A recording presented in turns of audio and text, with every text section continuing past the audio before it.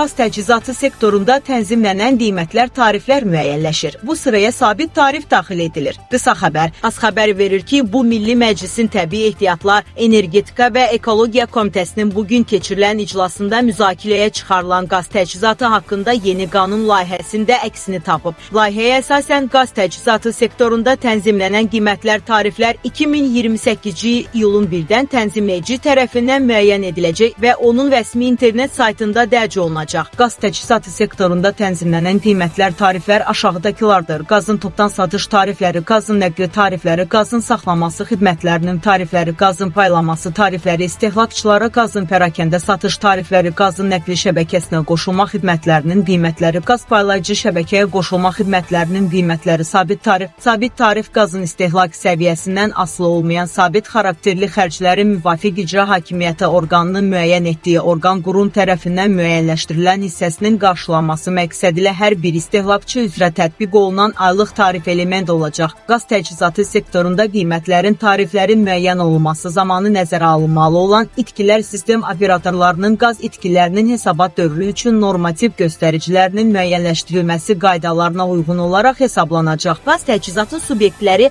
və onlarla istehlakçılar arasında qarşılıqlı hesablaşmaların aparılması məqsədilə qazın ölçülməsi ilə bağlı məsələlər kommersiya uçutu qaydaları ilə tənzimlənəcək. Keçid maddələrinə əsasən qazın topdan satış, nəqli saxlanması xidmətləri, istehlakçılara pərakəndə satış, qazın nəqli şəbəkəsinə qoşulma xidmətləri və qaz paylayıcı şəbəkəyə qoşulma xidmətlərinin qiymətləri, o cümlədən sabit tarif bu qanunun qüvvəyə mindiyi gündən müvafiq icra hakimiyyəti orqanının müəyyən etdiyi orqan qurum tərəfindən tənzimlənəcək. Qazın paylanması tarifləri isə 2027-ci il yanvarın 1-dən 2028-ci il iyulun 1-dək müvafiq icra hakimiyyəti orqanının müəyyən etdiyi orqan qurum tərəfindən tənzimlənəcək. Qeyd edilənlər nəzərə alınmaqla tənzimləyicinin səlahiyyətləri 2028-ci il iyulun 1-dək müvafiq icra hakimiyyəti orqanının müəyyən etdiyi orqan qurum tərəfindən həyata keçiriləcək. Bununla bərabər qaz nəqli sistem operatoru, qaz paylayıcı sistem operatoru və qazın saxlanması sistem operatoru, habelə topdan və pərakəndə qaz satıcıları tərəfindən tənzimləyiciyə tənzimləmə haqqı ödəniləcək. Tənzimləmə haqqının məbləği və ödənilmə qaydası müvafiq icra hakimiyyəti orqanının müəyyən etdiyi orqan qurum ilə razılaşdırmaqla müvafiq icra hakimiyyəti orqanının müəyyən etdiyi orqan qurum tərəfindən müəyyən ediləcək və həmin məbləğ 2028-ci il iyulun 1-də müvafiq icra hakimiyyəti orqanının müəyyən etdiyi orqanın qurumun hesabına köçürüləcək.